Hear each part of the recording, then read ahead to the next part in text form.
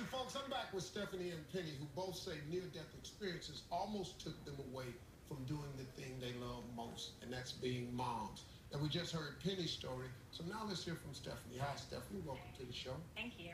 Now, you were pronounced dead. Yeah, around 36 weeks pregnant, I was giving my daughter breakfast in the kitchen, and I started bleeding on the kitchen floor. And I called my husband, who was in New York at the time, and told him we're having this baby today. And then I got everything together, put my daughter in a car seat, locked her down, and drove myself to the hospital. Okay, not the smartest move, but I did. I got to labor and delivery, and ultimately the doctor came in and said, okay, it's time to go into the operating room. I kissed my daughter a million times, and as I was kissing her goodbye, I realized it was the last time I was going to see her. And as I was being wheeled down to the operating room, I was being prepared for a cesarean section, and at that moment, that's when everything goes blank.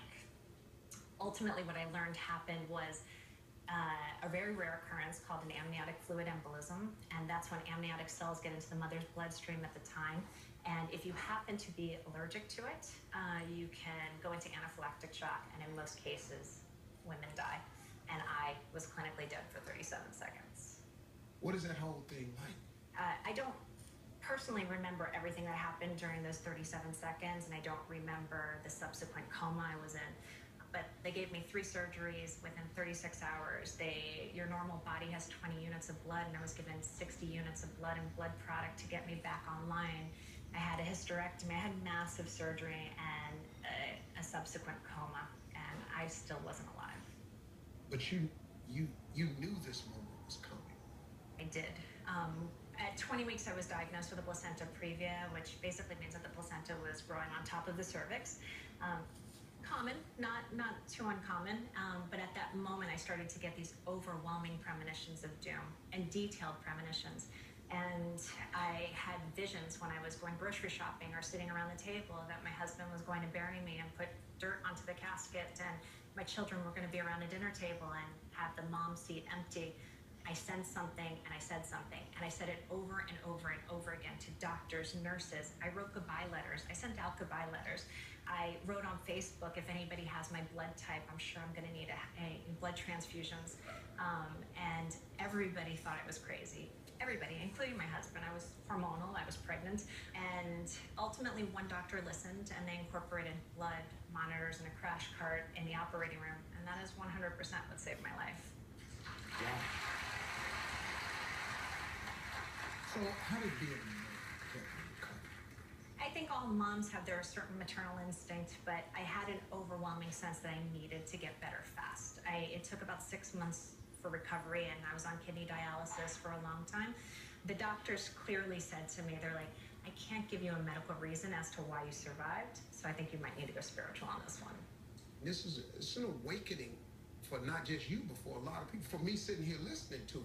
Because it just reaffirms something I've been believing anyway. Like your doctor say, I ain't got no explanation for you. Think you ought to go spiritual on this. Cool, I'm over here already. So, it's good to know that some doctor got enough sense to figure that out, So I like that too. Now, joining us is Dr. Julie Levick. That's Stephanie's OBGYN, who listened when no one else would. And Dr. William Pierce, who encouraged Penny through her recovery. Doctors, how common is it for trauma patients to experience the afterlife?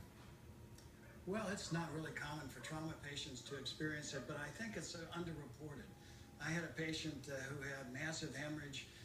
We controlled the hemorrhage. The patient awoke, and she was almost embarrassed to tell me what had happened to her, fearing that I wouldn't believe her. And she was really relieved to know that I believed her. And there's a neurosurgeon that just wrote a book called Proof of Heaven, and he looks back at his experience, and he tries to look at all the biological explanations that you can have to explain this near-death experience, and he comes up with the fact that heaven's for real.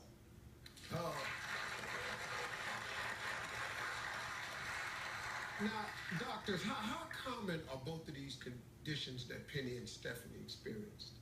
I would say amniotic fluid embolism happens in about 1 out of every 10,000 deliveries. So that's very rare. And it's something that we can't predict. We can't know if a patient is going to have that condition, but there are certain times that they have a risk factor. Like in Stephanie's case, her age, and she had a placenta previa, and there are other instances where there's a lot of amniotic fluid, and that fluid can get into the veins at the time of the delivery. And those are risk factors. So certainly something very rare, and in her case, not predictable. It was just something that she had a very strong feeling about. Doctor said age, and you went, Yeah, that's exactly right. yeah. So, I felt your whole breath go. You went, well, I've got to be about the age. yeah. But she said, why I gotta be about the age? Women are always worried about that. All this she went through, and she said, it may be her age. She went, I'll be doggone. It's true. You go to heaven, you get back. So y'all said I was old, huh? Wow. I love women, man. I love women because you all hold the line. You never get off the line, man. Guys don't have that, man. I really appreciate that about women. I think these stories are phenomenal, but I think more than I think that you all are phenomenal. I think that you reaffirmed the faith in a lot of people. That's it. So thank you very much, ladies. Great story. Love you, darling. Hey, we'll be right